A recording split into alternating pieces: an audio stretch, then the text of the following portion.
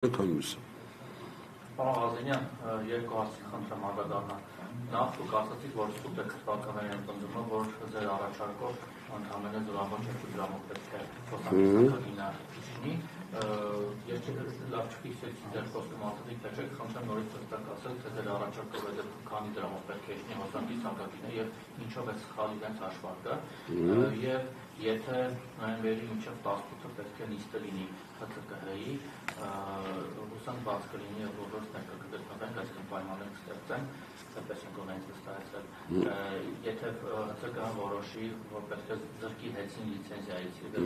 որն է լինելու ձեր քայլերը եւ ինչ է դրանից սպասում։ Եվ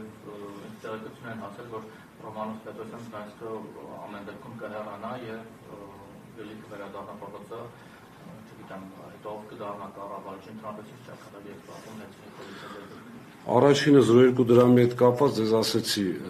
3.6 միլիարդը, այս պահին 1.6 միլիարդը մոտավորապես բնակչությունը հոկտեմբերի 1-ի դրությամբ, եթե հանում ենք 3 ամիս, մոտավորապես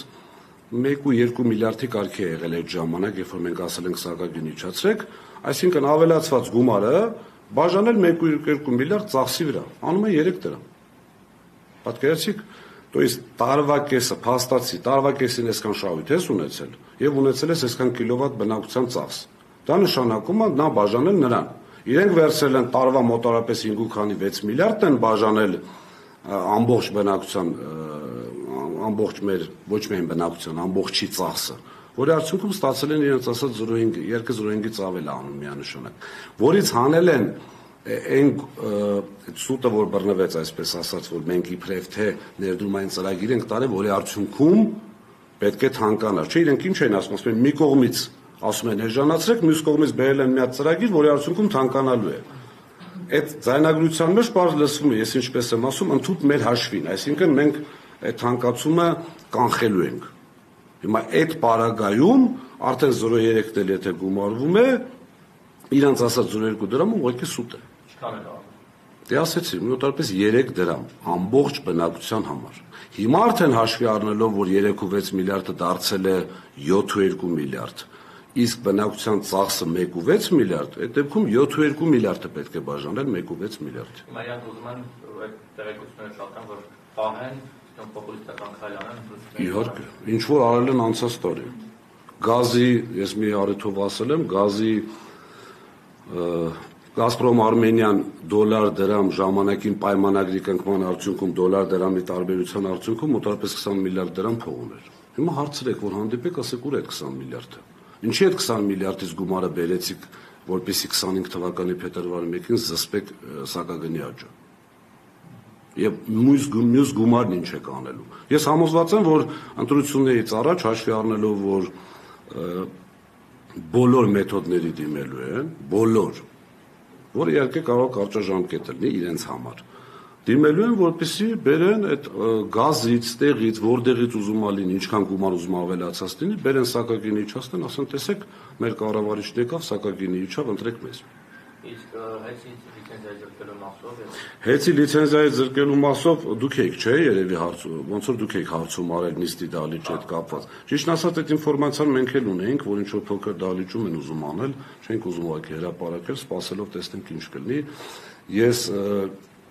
անցյալ անգամ առաջարկեցի, եթե դահլիճի խնդիր ունեն, մենք պատրաստ ենք մեծ դահլիճ տրամադրել, որովհետև չեմ ուզում 100% ասել, բայց իմ ինֆորմացիայով քաղաքացիները իրավունք ունեն լինել այդ նիստին։ Այսինքն բոլոր շահագրգիռ կողմեր, այնտեղ հանձնաժողովում հավատարմագրված ՀԿ-ներ կան, որը էլի զրոյացրեցին, այսինքն 4 ՀԿ, եթե չեմ սխալվում, տարեկան բյուջեից գումար են ստանում, հավատարմագրվում են սպառողների պաշտպանություն, կոնկրետ էներգետիկայի մասով։ Հիմա եթե կառավարությունը դա նախաձեռնեց, նշանակում է ՀԿ-ները չէին աշխատում։ ՀԿ-ները մեր հետ բազմաթիվ անգամ աշխատել են, բոլոր հարցերը փորձել են լուծել։ Այսինքն այդ նիստը պետք է լինի բաց, ընդլայնված եւ առանց ժամանակի սահմանափակման։ Մեր պահանջը դա է։ Ես էլ ձեզ եմ վստահում, հաշվի առնելով ձեր ճնշումը եւ ունակությունները, կարծում եմ այո կանեն, թե չէ չէին անելու, իմ կարծիքով։ Ինչ վերաբերում է լիցենզիայից զրկելուց հետո կառավարչին, լիցենզիայից զրկելուց հետո այնտեղ 3 ամսյա ժամկետ կա բանակցություններ սեփականատիրոջ հետ, որի ժամանակ հանձնաժողովի նախագահը իրավունք ունի կառավարիչ նշանակելու, անգամ նույնին վերանշանակելու։ Ես անցած անգամ հայտարարեցի, որ իրեն շատ լավ է զգում կառավարիչը իր հանուն Հայաստանի Հանրապետության 6 թե 7 անգամ ավել աշխատավարձ է ստանում եւ շատ հարմարավետ է զգում, բայց երկրորդ սցենարը իմ չէ, սեփական Կարապետյան, հա։ Ես նշմեք մի անգամ հարցրեցի։ Չէ, գլխավոր տնօրենը աշխատավարձ է ստանում, ուղղակի ումից է ստանում, վայր մի անգամ հարցեց, ասես դուք միլիարդատեր եք, ասի Աստված ձայնը տեսեք։ 5 ու քանի միլիոն։ Դե արդեն հրապարակված թիվ է, բայց 690 թե 790 հազար ստացել է այդ նախկին պաշտոնը, ինչ երկու, այն որ պետք է հսկեր ամբողջ հանրապետության պետական այո, որպեսզի կոռուպցիա չլիներ։ Դե թող բարձրացնեն, հավասարվեն իրար։ Նկատի ունեմ, եթե երկրորդ սցենարը գործի իրեն նորից տանեն ՊՎԾ, համոզված եմ, որով էլ նշանակվի լինելու է իր կոնտրոլի տակ։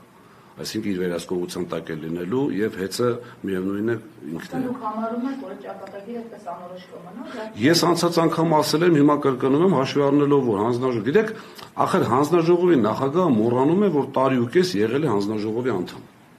19-20 թվականի նոյեմբերին է դուրս եկել, Կոտայքի մարզպետ է դարձել։ Անցյալ օրը հանձնաժողովի նախագահին ասում են, լավ, բա այս 4-5 տարվա մեջ այդ որ եւ ինչպես ասեմ, պեկնել է տվել զորայական տեղական ստուգումից հետո։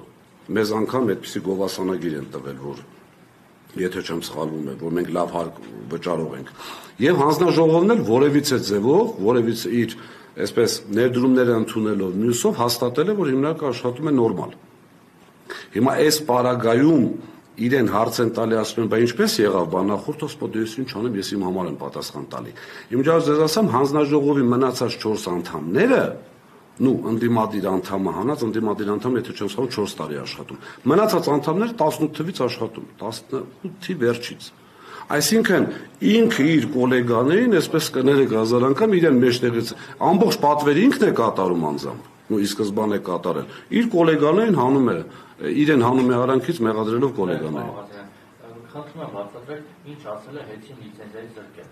Դրանից հետո ինչ պրոցես է նախատեսվում։ Դա եմ ասում, 3 ամիս բանակցություններ, եթե բանակցությունները արդյունք չեն տալիս, արդեն պետությունը նախապատվություն ունենալով որպես գնորդ լինելու, կամ ինքը կարող է գնել, կամ կարող է օտարել այլ կազմակերպություն։ Այսինքն դաշի կապիտալը չի լինում։ Եթե իրենք մնան, չի լինի։ Այսպես պատասխան։ Բայց արբիտրաժային վեճի փուլում գտնվող